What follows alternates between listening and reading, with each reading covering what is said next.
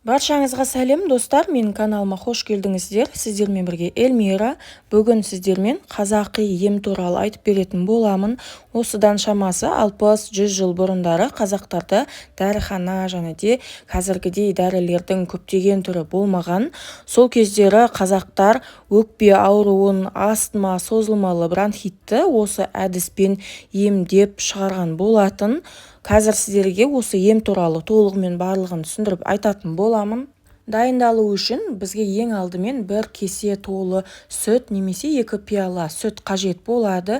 Және де менікіндей осындай тортасынан ажыратылған сары май немесе кәдімгі сары майда бола береді. Барлығын эмальді емес ыдысқа құйып, майымызды бір ас қасық салып, газымызға үлкен отқа қоятын боламыз. Қайнағаннан кейін астын жай етіп, осы сүтімізді 2 есе азайғанша қайнататын боламыз.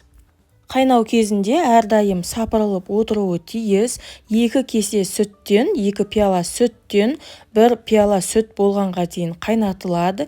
Яғни суы бу болып шыққанша қайнату керек.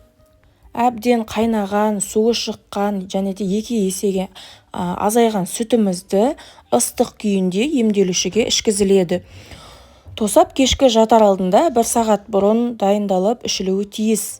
Күніне 1 рет кешке осылай 1 апта бойы емді жалғастыру керек.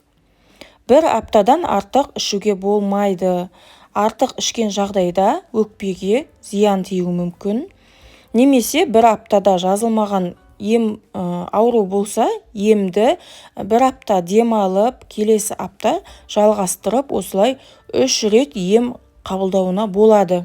Бұл емді пайдаланғаннан кейін қақырық түсіп, кеуде ашылып, өкпе жеңілденіп қалатын болады.